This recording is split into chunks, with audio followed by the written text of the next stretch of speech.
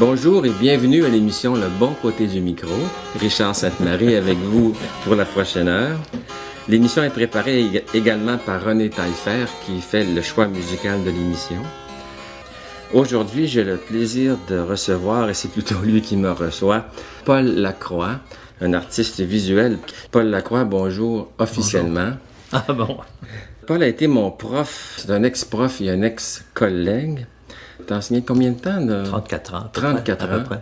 À l'École des Beaux-Arts? La moitié à l'École des Beaux-Arts et l'autre moitié à l'université. Toi, ta formation, donc, on ne dira pas ton âge, mais tu t'as été formé dans la fin des années 40 à Québec? J'ai terminé, moi, en 1951, je crois, à l'École des Beaux-Arts, et c'était 4 ans à l'époque. Donc, ça ressemblait à quoi, à l'école? Oui, il y avait... Imagine-toi que quand c'était après la guerre, en fait, 39-45, et il y avait encore des étudiants qui avaient été militaires. Ah oui? Vois-tu? Oui, il y avait Le Sauteur. Ah oui? Oui, Claude Le Sauteur, qui vient de publier un livre, d'ailleurs, j'ai aperçu qui avait fait l'armée. Qui avait fait l'armée. Et puis il y avait Belle Avance, qui avait été une couac. Qui était là comme étudiante. Et les profs, c'était qui à ce moment-là? Il y avait déjà, quand j'ai commencé, moi, il y avait Marius Plamondon, René Thibault, Spénard, Jean-Paul Lemieux. Bien sûr, Et puis Benoît East, et puis Jean Dallaire. Ah, bien sûr. Ben oui, c'est ça. Alors, c'était les professeurs. Tu as étudié aussi avec Pellan, non? Mais Pellan, c'est après. Après avoir fait 4 ans ici à l'École des Beaux-Arts de Québec, j'ai été passer 1 an à Montréal en 1952, tu vois, et surtout je lis un livre sur Pellan actuellement, et puis c'était sa dernière année d'enseignement. Après ça, il pliait bagage, il en avait marre de Montréal et toutes les chicanes qu'il y avait eu avec le refus global, et puis voilà. Alors il repartait pour Paris. J'ai été probablement, ça fait bien de dire ça, son dernier étudiant. L'ultime. C'est peut-être toi qui l'as découragé. Peut-être. Mais moi, je me rappelle quand j'ai étudié les années 60, la pauvreté de notre bibliothèque à l'école. Imagine 20 ans plus tôt. Je suis sûr que tu t'es précipité en Europe pour voir les choses assez vite. Écoute, les livres qu'il y avait à la bibliothèque, il faut dire que le directeur était Jean-Baptiste Soucy, qui était architecte. Il y avait tous les prix de Rome en architecture. Comprends-tu? Mais très peu de choses contemporaines, actuelles et tout. Mon premier voyage, j'avais 19 ans, 20 ans, et je devais être en deuxième année, je pense, à l'École des Beaux-Arts à ce moment-là. J'avais rapporté des œuvres, des reproductions d'œuvres, bien sûr, en effet. Et d'ailleurs, une chose que j'avais achetée, vive papa, vive maman, j'avais acheté une lithographie de Miro. Il fallait le faire. Alors, donc, évidemment, quand je suis revenu, je montrais ça, évidemment, à mes confrères, en fait, et tout le monde était absolument ahuri de voir ça, parce qu'il y avait assez peu de choses contemporaines. Ça, c'est, disons, de mon côté. Mais il y avait l'artiste Jean Dallaire, et je pense que par la suite, on l'a appelé Jean-Paul Dallaire, je pense. Non, mais c'est Jean Dallaire, en fait. On l'appelait Jean, oui. C'est ça. Alors, donc, qui était là, mais je ne l'ai pas eu comme professeur. Je n'ai pas eu non plus Jean-Paul Lemieux comme professeur. Il faut dire que je m'étais dirigé vers la forme, et parce que tout était compartimenté. En réalité, moi, c'était pas tellement la sculpture que je voulais faire, c'était la gravure. Et il y avait Benoît East. Sauf que si je voulais faire de la gravure, il fallait que je prenne la sculpture. Et non pas la peinture. Tu comprends? Alors, on était coincés un petit peu comme ça, et tout était compartimenté, comme on disait. Donc, c'est après les 4 années que j'ai faites à l'École des Beaux-Arts que j'ai été chez Pellan, en fait. Voilà. Et entre-temps, même pendant que j'étais étudiant, toujours bonjour papa, bonjour maman et merci beaucoup, je pouvais voyager en Europe. Oui, parce que toi, tu es à la Croix de la Beauce, puis tu es des gens un peu aisés, il faut dire, non? C'est-à-dire, attention, en fait, il y a différentes catégories dans les familles. Il y a ceux qui ont réussi et d'autres qui n'ont pas réussi. Mais disons que mon père avait hérité à l'âge de 19 ans, il avait hérité de 12 frères et sœurs, parce que les parents étaient morts la même année, et fort jeunes. Alors, à 19 ans, il s'est trouvé avec des frères et des sœurs, et il s'est occupé de les faire instruire, en fait. Parce qu'imagine-toi que mon père étudiait à Sainte-Anne-de-la-Pocatière, il voulait devenir curé. Eh, Seigneur! Je t'assure, hein?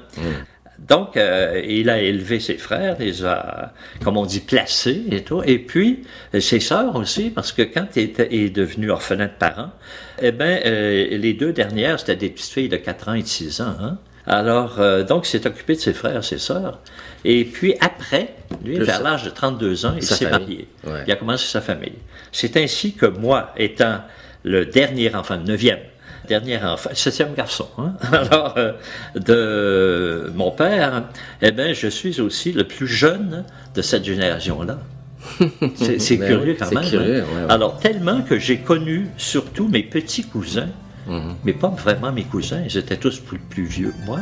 Et puis, je comprends qu'avoir à faire un flot de 15 ans, ils s'en fichaient complètement. Ils avaient quand même, eux-mêmes étaient mariés, puis, enfin, voilà. Tu as voyagé. Alors, je pouvais voyager assez tôt, donc au début des années 50. C'est ça. Et c'est là que tu as rencontré des gens qui t'ont marqué aussi en Europe. Moi, j'ai été chez Zadkine. Ben oui. Parce que je voulais continuer à faire de la sculpture. À ce moment-là, ça m'intéressait. Et ensuite, ça, c'était à Paris. Et puis, ensuite, j'ai été à l'Académie Brera, à Milan, avec Marino Marini, dont j'avais vu des œuvres au Musée d'art moderne à New York. Ouais. C'était pour eux une époque formidable, pour ces artistes-là, à cette époque-là. Hein, ouais. Surtout qu'ils produisaient beaucoup. Ouais. Et puis, une chose qui m'ouvrait facilement les portes, c'est comme je te dis, même ici en Amérique, je voyageais beaucoup. J'allais tous les mois à New York. Et c'est sérieux, je fais ça pendant une quinzaine d'années. Je me rappelle de ça. Je partais une fin de semaine. Dans le coffre de la voiture, je gardais toujours de l'argent sous le tapis, et de l'argent américain, et puis mon passeport. Et puis je me disais, d'un coup, en rentrant à la maison, au lieu de me diriger vers chez moi, je bifurquais vers le pont de Québec, et puis je continuais à New York. C'est formidable, hein? J'étais sûr que j'avais de l'argent dans le coffre. Alors voilà. À Québec, le milieu artistique était très pauvre, en fait. Tu comprends, il y avait une seule galerie à Québec, c'était Zantin. Zantin, oui, qui existait plus. Zantin, qui faisait des encadrements. Où tu as exposé. Tu as exposé au début des années 60. C'est ça, exposé. Ah, mon Dieu, tu es au courant de tout ça, toi. Je me rappelle, parce que moi, j'étais ton étudiant et il était devenu professeur, donc assez jeune. Et moi, c'est pour parler de ton enseignement, permets-moi 2 anecdotes qui vont te... pas rougir. Hein? Mais peut-être que tu t'en rappelles pas, toi. Mais, vas-y. Je me rappelle, tu nous avais invités, il y avait Terry Mosher et Aislinn. Mon Dieu, très sympathique. Oui, super caricaturiste. Oui. Ben, Aislinn Terry, dans le temps, était étudiant, il y avait Marco Hamel et moi, et tu nous avais invités chez toi. Parce que tu préparais une exposition. Moi, j'étais en première année de Beaux-Arts. Ah bon? Puis tu nous as invités chez toi, pas pour nous montrer ce que tu faisais, mais pour avoir notre avis. Et ça, je me rappelle, on était sortis de là en se disant, Paul Lacroix, c'est un pro, c'est un prof, c'est un champion, il veut avoir notre avis. Et nous, ça nous faisait comme faire partie d'un clan ou d'une fraternité, tout ça. C'est que... Et une autre fois... On venait d'avoir un cours d'histoire de l'art par un professeur d'histoire de l'art, tout ça, qui nous ennuyait avec ses diapos. Et tout de suite après, on entre dans ton cours et toi, tu avais apporté des diapos qui étaient à peu près les mêmes que le prof en question. Et là, ça devenait autre chose. Tu t'es mis à parler de ça. Et là, il y avait tout un côté passionnel, un côté... J'étais jeune. L'explication de... Puis là, on s'était dit, entre étudiants, on se poussait du coude, puis on se disait, il n'y a rien comme quelqu'un qui en fait pour nous expliquer comment c'est fait. Parfaitement ton avis. Et c'est ça, c'était un peu ça. Comment tu voyais l'enseignement? Parce que t'étais un bon prof. J'ai envie de dire, c'est peut-être pas très poli, mais je me fendais le cul. Hein? C'est-à-dire, l'affaire est que je crois que j'avais peur de m'ennuyer, d'une part. Et comme je travaillais beaucoup, ça me tenait toujours sur le vif. Ensuite, tu te souviendras que je regardais ce que vous faisiez. Absolument. Et je vous en parlais. Hein? Pour être sûr qu'on ne parle que des œuvres qu'il y avait au mur, les vôtres, celles des étudiants, eh bien, je vous demandais de ne pas signer. Alors, comme ça, Ça, tu t'en souviendras que, évidemment, tout le monde n'était pas d'accord parce que il y en a qui auraient aimé avoir des compliments plus personnalisés, tu sais. Mais je ne me trouvais pas en faire puisque je parlais des œuvres seulement et celles qui étaient au mur. Et donc, en principe, je ne savais pas qui était l'auteur. Tu vois. Alors, il arrivait même certaines fois qu'après les commentaires qu'on avait faits et les regards qu'on avait jetés à vos œuvres, je disais aux étudiants, bon, maintenant, ramassez vos œuvres qui sont au mur. Et puis, il y en a qui les laissaient là. Alors, je demandais, mais si vous voulez aller chercher vos œuvres, il y en a qui reconnaissaient même pas leur travail. Parce que c'est moi qui allais, par la suite, leur porter, en disant, je suis persuadé que c'est toi qui as fait ça. Alors, bon, mais ça, tu as sûrement oublié ça. Je me rappelle un certain jour, tu avais apporté une boîte énorme, remplie de restants, de morceaux de bois qui venaient d'un ébéniste, probablement. C'était des bois durs, du chêne, de l'érable. Tu avais jeté ça par terre, puis là, servez-vous les gars. Puis, donc, c'était un enseignement très actif. Hein. C'était pas une approche intellectuelle. Non, pas du tout. Pas du tout. C'était très physique et toucher la matière et le faire. D'ailleurs, quand on m'a chargé d'un cours avec les étudiants en histoire de l'art, on s'était aperçu que les étudiants en histoire de l'art ne voyaient que des diapositives. Et tellement qu'on m'avait raconté qu'un jour, la faculté avait organisé un voyage à Boston où ils ont beaucoup d'impressionnistes. Ici en Amérique, c'est le musée où il y en a le plus. Les étudiants avaient descendu d'autobus et puis ils s'étaient tous dirigés en bloc pour acheter des diapos, au magasin des diapos. Alors que les originaux étaient à l'étage. À côté, Alors, on s'est aperçu de ça, et puis mon cours portait à leur faire toucher la matière. Tu sais. Je me souviens que parfois, pour l'idée de forme, de formel et informel, je me souviens avec des feuilles de papier que je leur demandais de les manipuler, de les toucher, les plier, les déplier, enfin, les écraser, enfin, bref. Ils étaient tout à fait ahuris d'avoir qu'est-ce que c'était que toucher la matière.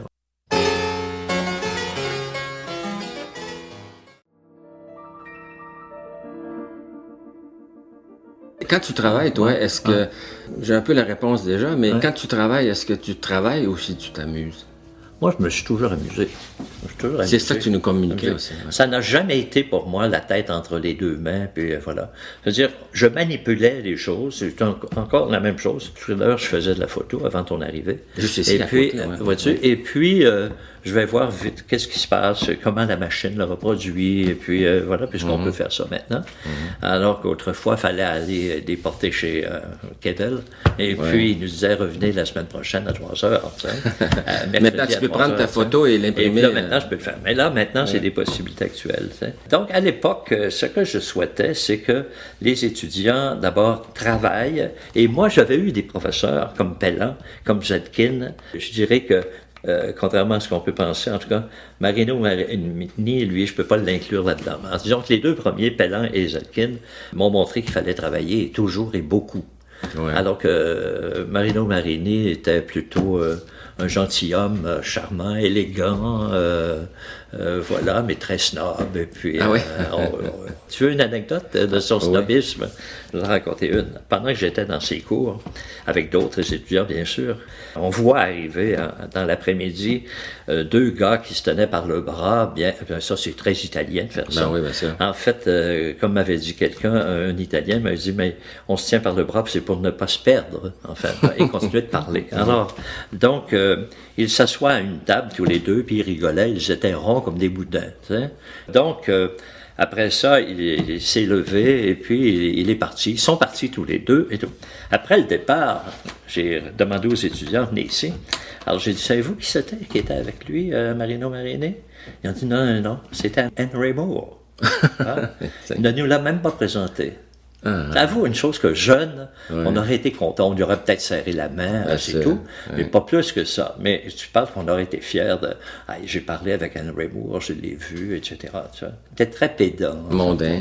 Mondain. Ensuite, comme m'a dit une ancienne étudiante que j'ai rencontrée il y a quelques années, elle était étudiante en même temps que moi, là-bas, elle dit « surtout quand il venait au cours. » Alors que Zadkine était là tous les jours, et Pellan, tout le temps dans le cours. Des travailleurs. Et lui, Pellan, nous parlait de ce que nous faisions. D'abord, peut-être très exigeant, mais il nous parlait de ce qu'on était en train de faire. Alors, ça, c'est ce que j'ai gardé, moi, et que j'ai essayé de transmettre à vous quand moi j'ai enseigné. Puis le plaisir de travailler. Mais le travail, parce qu'encore aujourd'hui, tu travailles tous les jours. Moi, toujours. Toujours. Je dois t'avouer que quand j'ai mal aux pattes ou j'ai mal à la tête, enfin bref, les petits bobos quotidiens, là, ordinaires, je suis un peu en colère parce que je me dis, merde, j'ai rien foutu de la journée, tu sais, ou je ferais rien, tu sais. Enfin, et tu t'informes, chaque fois que je te rencontre, tu t'informes toujours des anciens à savoir s'ils travaillent encore. Ben, je vais te dire, c'est une chose qui m'a toujours fait beaucoup de peine, de savoir que parfois dans les cours, disons qu'habituellement on avait, disons, 20 étudiants, tu sais, et puis on apprenait qu'il y avait à peu près 2 sur les 20 qui avaient continué, tu sais, un gars ou une fille, ou enfin 2, en tout cas ils étaient 2, bon. Et les autres avaient, je ne sais quoi fait avec leurs études, et ils n'en avaient rien fait. Ça m'a toujours désolé, tu sais. Et je n'ai jamais compris qu'on ait envie d'arrêter, qu'on n'ait pas envie de continuer d'en faire, et que ça n'a pas de nécessité, tu sais. Pour toi, ça en est une, c'est évident. Mais j'ai envie de te dire qu'une chose, moi, qui m'a aidé à travailler, c'est l'hiver. Ça a l'air drôle de dire ça, mais je hais l'hiver, alors j'étais enfermé, alors... Comme je savais pas tricoter, alors je faisais ce que je savais faire, dessiner. Dessiner et faire autre chose. Tu fais feu de tout bois. Écoute, tu fais la photo. Maintenant, tu es au numérique, mais avant, tu étais au Polaroid. Avant ça, tu étais à la vraie photo. Tu as fait du fusain, tu as fait du crayon, tu as fait... Mais je vais te dire, matériaux. Une chose, c'est que lorsqu'on a fondé l'École des arts visuels... En 70, ce qui est arrivé, c'est qu'un des buts et de ceux qui s'impliquaient dans le changement du passage du gouvernement à l'Université Laval, était que d'enlever tous les cloisonnements. Tu sais? Alors maintenant, je pense que n'importe quel artiste a fait de tout. Riopelle a fait de la sculpture, il a fait de la gravure, il a fait... Bon. Mais maintenant, je pense qu'on ne peut plus demander à un artiste « Qu'est-ce que tu fais, de la sculpture ou de la peinture? » C'est un artiste et puis, qui peut toucher, qui touche à tout, tous les matériaux, toutes les possibilités, enfin, voilà. Dans ton cas, tu n'as pas de hiérarchie, il n'y a pas de matériaux nobles. Non. Écoute, je te vois photographier l'asphalte, prendre une feuille d'arbre séchée. N'importe quoi. Tout est bon. Tout est... surtout, j'ai toujours trouvé que les gens ne regardent pas. Alors, pour nous, la photographie, enfin, quand j'en fais, je dis bien, je suis le premier voyeur, c'est-à-dire le premier à voir ce qui s'est passé, tu sais. Et puis, il y a des fois que j'ai envie d'aller comparer avec la réalité, puis tellement il y a de différences, tu sais. D'abord, à cause du format. Par exemple, je fais beaucoup de noir et blanc. Oui. C'est bien évident qu'une photo, la même photo en couleur et en noir et blanc, c'est 2 œuvres différentes, tu sais. J'ai déjà essayé de faire ça, de prendre la photo avec le numérique, surtout si facile, ça se fait en quelques secondes, de faire d'abord en couleur, puis tout de suite, la même photo, la faire en noir et blanc, tu sais. Et puis, je me suis aperçu à un moment donné que c'était extrêmement difficile de travailler comme ça, c'était trop exigeant, tu sais, parce que de passer de la couleur au noir et blanc, tu sais, parce que c'était 2 mondes complètement différents. Tellement que si j'avais photographié en couleur l'asphalte, ce dont on parlait tantôt, bitume, j'avais appelé ça bitume. C'est pas comme nom d'ailleurs. Alors, si j'avais photographié, comme je viens de dire, et en couleur et en noir et blanc, je pense que j'aurais jamais été capable de faire les 5 kilomètres qui me séparaient de la bibliothèque. Non, raconte ça, c'est intéressant parce que tu me fais penser aux petits poussettes. Au lieu de mettre des petits morceaux de pain, toi, tu fais des photos. Raconte ça. Comment quand on m'a demandé d'exposer, je dis oui, d'accord, ça va. J'ai été voir les lieux. À la bibliothèque. À la bibliothèque Alain Grandbois. Alors, j'ai été reçu très gentiment, Mais je me suis aperçu que la galerie était très petite, bien située cependant, très petite, très mal éclairée, et chose stupéfiante, les œuvres étaient soutenues par des chaînettes. Je croyais que ça se faisait encore chez les Sœurs du Bon Pasteur, du moins celles qui restent. Hein. Mais je ne pensais jamais qu'on montait encore des expositions avec des chaînettes pour tenir. Donc, il a bien fallu que j'opte pour des encadrements, et comme c'était l'endroit où les enfants allaient répéter, les enfants de la chorale, je me suis dit, mon Dieu, ils ont les mains agiles, il ne s'agit pas de leur couper les mains, il s'agit que moi, je protège les œuvres. Alors donc, ça va. Alors, en revenant, comme tu as déjà toujours observé, c'est-à-dire tout le monde les voit, personne ne les regarde, mais les dessins faits par les employés de la municipalité ou de la voirie, c'est pour le goudron, enfin pour les craques en hiver, Et rendu chez moi, je suis reparti à pied avec mon appareil numérique, qui était une nouveauté pour moi, mon nouvel appareil. Alors, je suis parti à pied et je suis monté 5 km jusqu'à la bibliothèque en faisant des photos.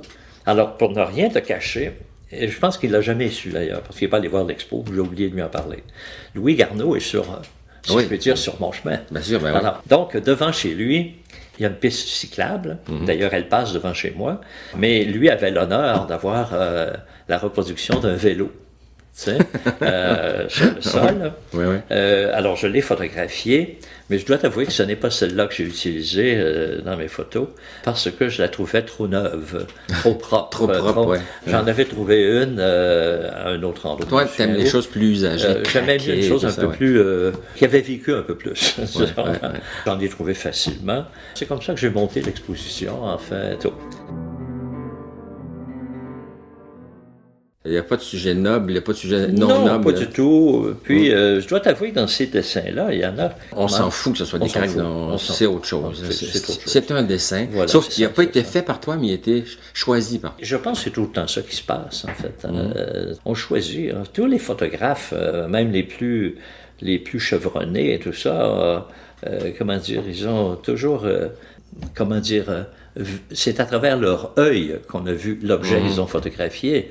Comme disait Fernand Léger, placez 10 photographes devant votre grand-mère, ils feront 10 photos différentes. Comme toi-même, tu produis alors des œuvres d'art plastique, eh bien, le cadrage, comprends-tu, l'angle... Faire de l'art, c'est prendre une décision. Puis là, on choisit et tout. Et comme je te dis, au tout début, les photos en question, j'en avais fait des centaines, j'avais sélectionné où on s'apercevait que c'était très rapidement que c'était la route.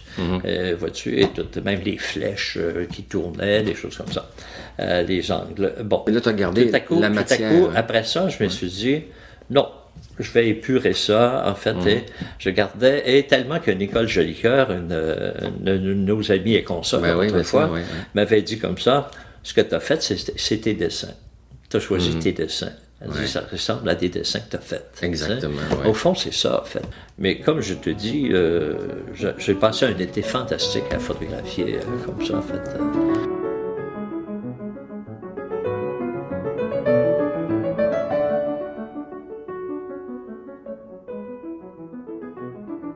Tu as fait du dessin, je me rappelle les très beaux nus que tu faisais dans les années 70. Sans modèle, hein? Sans modèle, oui. C'est une bonne mémoire. Oui, c'est une très bonne mémoire. Mais beaucoup de travail à la main. Je me rappelle que tu frottais des feuilles avec le côté de ta main. Les outils, pour toi, n'ont pas vraiment d'importance. Même ta belle caméra numérique, dans le fond, tu t'en fous. C'est un instrument. Mais j'ai toujours considéré, j'ai envie de dire, tous les moyens que j'employais, c'était vraiment seulement des moyens. Et je voulais toujours... Et tous les moyens sont bons. Tous les moyens sont bons, et de la façon de procéder, je ne me conformais jamais à ce qu'on me disait de faire, par exemple. En somme, je veux dire, tous les matériaux que j'ai touchés, je les ai pervertis. Oui. Je les ai toujours pervertis, de quelque façon que ce soit. Par exemple, j'ai fait des dessins sur des bouts de pierre, et puis je prenais une feuille de papier, je l'inversais sur la pierre où j'avais dessiné quelques éléments, souvent des orteils ou des bouts de main. Et puis ensuite, je prenais un brunissoir, un instrument de gravure que tu connais, et puis je frottais dessus. Feuille, voilà. Et je prenais un dessin, j'avais un transfert. Ouais. C'était une sorte de gravure primitive, mais justement, ce qui m'avait surpris les premières fois, c'est que ça me rappelait les dessins de la grotte de Lascaux. Qui sont peints sur des parois. Et quand tu faisais des transferts à partir de magazines, ça faisait ça aussi. Hein? C'est ça. Et justement, je prenais, ou bien de photocopies faites quand quand l'école était au pavillon Cazot, il y avait aussi l'école de musique là-dedans. Et puis, les étudiants de l'école de musique allaient au coin du corridor, en fait. Il y avait une petite imprimante à Thyssen, et puis, ils imprimaient des pages de musique et tout.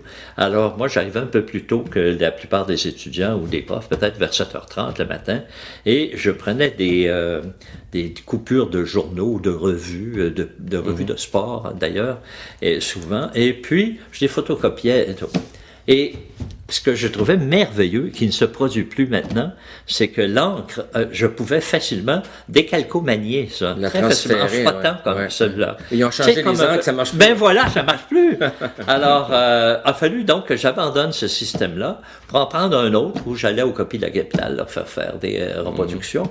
Et tu me diras qu'on saute plusieurs années, mais tellement habitué de toujours manipuler des matériaux autrement, quand j'ai abordé la photographie à vue, grâce à la compétence des artistes qui étaient là, André Barrette et Denis Thibault, c'est que je suis arrivé avec des matériaux, parfois qu'ils connaissaient et tout, mais ils n'avaient pas utilisé de cette façon-là.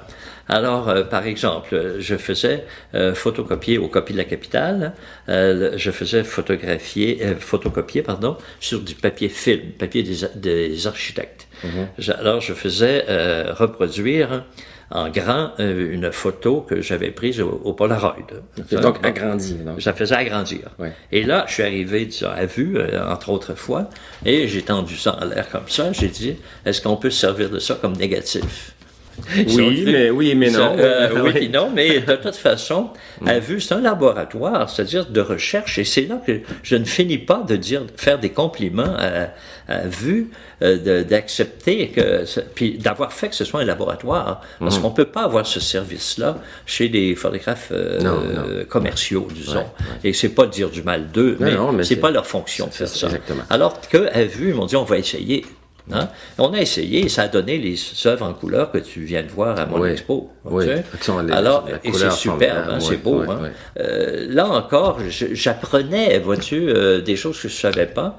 C'est que pour faire un photogramme, comme tu as vu, avec ces films-là, je n'avais qu'une seule couleur à choisir et que tout ce qui se passait, le dérapage de couleurs, fantastique, se faisait tout seul.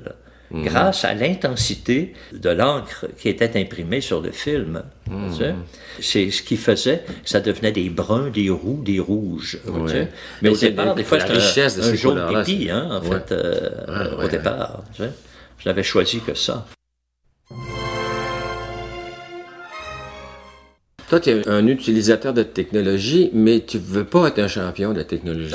Tu veux pas apprendre ça. Mais je dis bien, je n'ai pas de formation de base, disons, en photographie.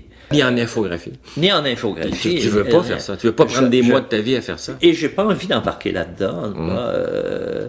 Je peux même te dire que je n'ai pas Internet. Et je vais te dire pourquoi. J'aime encore trop lire. Parce que je dois t'avouer qu'un ami que tu as connu, Michel Philippon, bien sûr, tu sais qu'il est aveugle maintenant. Ah ouais. Alors, donc c'est un gars qui adorait écrire et lire, et voilà. Alors, on lui offre, au mois de premier, des disques, et puis voilà, où, disons que des acteurs européens lisent admirablement bien, enfin bon, et des œuvres très récentes, c'est pas simplement G2. Non, j'ai vu encore chez Renaud Bré, j'en ai vu en plein. Alors, donc, et c'est pas la réponse qu'il m'a faite, et j'ai dit, quelle chance tu as, enfin, il y a au moins ça, et tu as dit, oui, mais ce n'est rien comme tourner une page. Tu sais, l'avoir le livre dans les mains et tourner la page. Tu sais. Alors ça, je dois t'avouer que ça m'a bouleversé. Tu comprends?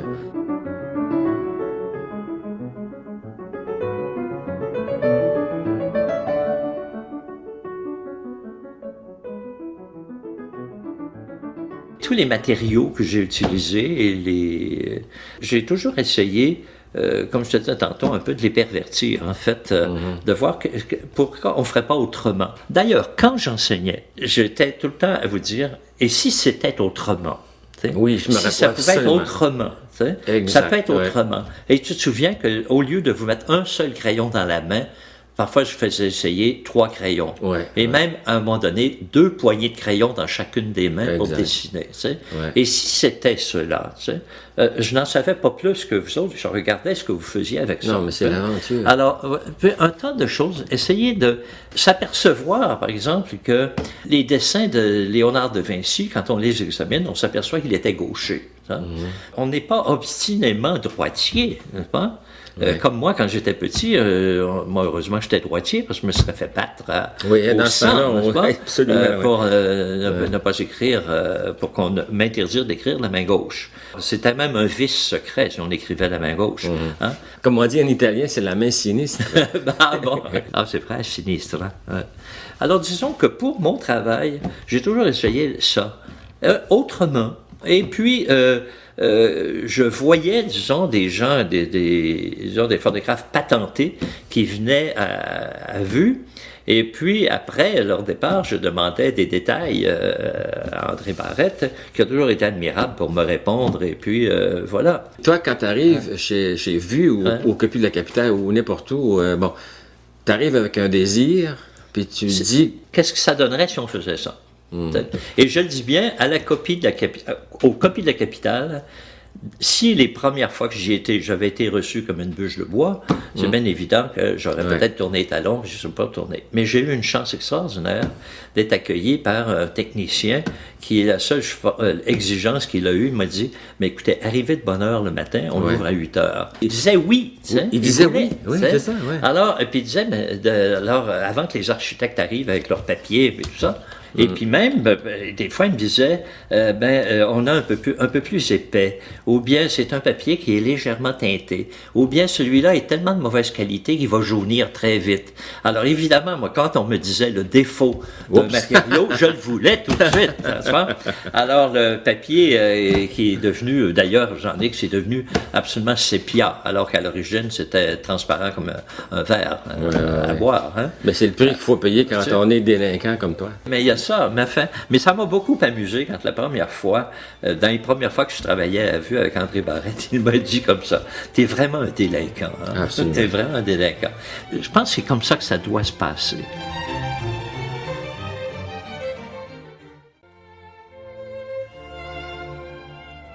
Je vois des expositions, puis toi aussi, qui, je trouve, des fois navrantes. Ce qui est produit, de la façon dont c'est donné et tout, je trouve que c'est un peu débile ou infantile. Ça me désole, mais je me dis, ça peut être ça. Ça peut être ça. Hein? Et dans la biographie que je lis de Bellan actuellement, ses œuvres étaient considérées comme débiles. On trouvait que c'était débile.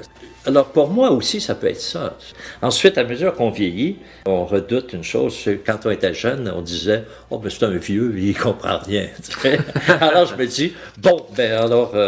on doit me classer déjà là-dedans, alors fermons notre gueule. » Mais je dois t'avouer que je dis fermer ma gueule, mais je ne veux pas le faire. Je continue de regarder les choses et de dire ce qui me passe par la tête et puis d'avoir, disons, une appréciation ou une dépréciation des œuvres. Puis d'autres diront autrement, verront autrement. Je trouve que certains cas des œuvres qui sont produites, on a l'impression que soit les critiques, ceux qui s'occupent d'art, ont tellement peur de ne pas être dans le coup. Ils ont peur de ne pas être à la mode, alors ils sont prêts à accepter n'importe quoi et qui n'a pas d'intérêt. Je me souviens peut-être quand les fois le sujet partait des modes, quand on faisait un X dans les œuvres, tu te souviens ça? Tout à coup, il y en a qui se sont mis à faire des petites maisons. Il y a eu l'époque des chiens, il y a eu l'époque des chaises, des feuilles, il y a eu l'époque des feuilles. Des chaises. Ça, je me souviens des chaises. Qui n'a pas sa chaise? Hein? En fait, on n'aimera personne. Enfin, non, parce que tout le monde en faisait. Tout le monde en faisait. Quand même, moi, j'en ai photographié. Elle prenait le bord en maudit. En tout cas, ça, je photographiais le couleurs, les ombres, et ça devenait toute une structure où on ne savait même pas que ça pouvait être une chaise à l'origine. Mais il y a une chose qui était dans ton œuvre pendant des années, des années, le corps humain, et là, il disparaît un peu, non? Ah, il disparaît depuis longtemps. Ça doit être ça le vieillissement, ça m'intéresse moins. C'est-à-dire que je l'ai fait, il y avait un certain côté un peu, tu sais, de provocation. Un bout de temps, des dessins pas érotiques, mais... Je dois t'avouer, j'ai toujours été surpris qu'on trouve de mes dessins qui étaient érotiques. Je n'ai jamais voulu en faire. Non. Moi, j'ai toujours souhaité faire des dessins. Les gens regardent, disons, le sujet avant de voir l'œuvre. Alors, c'est bien sûr que quand Cézanne peint une pomme, ce qui est visible, c'est encore une pomme. Bon, c'est une pomme. Hein? Bon. Alors, quand je dessinais, disons, un cul, eh bien, c'était un cul. Mais je pense que toi et moi, quand on regarde le Cézanne, on voit un petit peu plus la pomme qui serait bonne à croquer ou non. Tu sais? Parce que j'ai jamais voulu faire de dessin érotique. Jamais. Ça ne m'a jamais intéressé. Comment te dire? Quand je trouve, des fois, qu'il y a trop de références primaires, ou même en photo, c'est ça, hein? J'abandonne, je mets ça de côté, ou bien je le vulgarise autrement, je le détruis, ou je le manipule autrement. Maintenant, il y avait aussi une certaine provocation, parce que je me disais, la reine Victoria n'est pas morte, hein? Les gens voient tout le temps le sujet. C'est un saint et il voit seulement le saint. Tu sais. Maintenant, depuis plusieurs années, il n'y a plus ça. Pas du tout. Quand le corps est là, on voit son ombre, d'ailleurs. On le voit pas. Ben, ça c'est autre chose, oui. J'ai envie de dire, justement, elle est un peu comme manipulée. Hein. Il y a une présence dans ton travail aussi depuis tout le temps, c'est le noir. D'ailleurs, il y a un très bel article dans la revue, le dernier numéro de Ciel Variable, numéro 70, c'est ça. Le numéro de janvier 2006, écrit par Lisanne Nadeau, qui s'appelle L'œuvre au noir. Hein, c'est le cas de d'après Marguerite Yourcenar, c'était emprunté. Mais j'ai rien contre, en fait. C'était tellement beau. Je ne veux pas faire une analyse psychanalytique, là, c'est pas la question, mais il y a du noir tout le temps, puis partout. Je dois t'avouer que, peut-être parce que le cinéma, moi, que j'ai connu, c'était du cinéma noir et blanc. Hein? Quand on allait aux séances de cinéma faites par le frère Adolphe le jour de congé, quand il pleuvait à Sainte-Marie-de-Beauce au collège, eh bien, c'était des films noirs et blancs, bien sûr, en fait. En photographie, j'ai toujours préféré le noir et blanc. Je trouve que c'est beaucoup plus beau, il y a plus intense, plus de mystère, et tout. J'ai toujours dessiné principalement avec du graphite, un peu de fusain au début. J'aimais l'intensité de ce noir. Dans plusieurs des œuvres qui sont dans l'exposition, les photogrammes sont faits sur du papier barité. Et le papier noir qui est, j'appelle noir velours, parce que j'ai toujours pensé que du velours, noir, ça ne peut pas être plus noir. Ça peut pas être plus noir. Ça enterre tout. Alors, je crois qu'il y a une intensité, et puis, disons, plus de mystère. Je ne crois pas être un gars pessimiste. Je ne crois pas, non, vraiment pas. Je n'ai pas non plus d'idées suicidaires, ça, sûrement pas. Je trouve un peu dommage, c'est que le corps est attaqué et puis, évidemment, il nous empêche de travailler, en fait. C'est-à-dire qu'il prend une importance que je lui ai jamais donnée. Ensuite, quand la douleur s'en mêle, là, tu es accaparé en diable, tu sais. Mais ça me désole quand même, en fait. Surtout, tu vois, où j'habite. C'est fantastique. Je t'ai placé du mauvais côté, puisque tu verrais le fleuve tout le temps. Tu oublierais de parler. Tellement c'est beau. Hein. On va terminer l'émission là-dessus. Paul Lacroix, parce que l'émission c'est déjà terminée. C'est bien. Longue vie à toi. Que t'es gentil. Je veux. T'es 77 ans et quelques poussières. Et quelques jours. Et t'es quand même, je pense, l'homme le plus jeune de 77 ans que je connais. Alors, reste jeune. Dieu vous entende, comme aurait dit René Lévesque. Merci d'avoir accepté mon invitation. C'est un plaisir. Et je rappelle aux auditeurs que l'exposition de Paul Lacroix se termine aujourd'hui même à 5h à la Galerie des Arts Visuels de l'Université Laval, qui est au 255 boulevard Charest à Québec. Merci Paul Lacroix, merci d'être là, puis merci d'avoir travaillé toute ta vie comme ça. Puis que t'es gentil. Puis merci de m'avoir enseigné. T'es gentil, ça me fait plaisir ça. Vous écoutiez Le bon côté du micro avec Richard Sainte-Marie. L'émission est également préparée par René Taillefer, qui fait le choix musical de l'émission. Et je vois Paul Lacroix sourire parce que René Taillefer est aussi un ex-collègue de nous deux. Et ancien étudiant aussi. Ah oui, t'as enseigné à René Taillefer. Mais René t'a pas enseigné à toi. Oui. Hein? René m'a enseigné le premier jour, le lundi matin, le premier jour je suis entré, c'était René Taillefer et je me suis dit, ben c'est ça que je veux faire, tu vois. C'est incroyable, hein? C'est bon, c'est bon, hein? C'est bon. Merci d'être à l'écoute. Comme je dis toujours, il n'y a pas de radio quand il n'y a pas d'auditeurs. Ah, c'est bon ça. À la prochaine.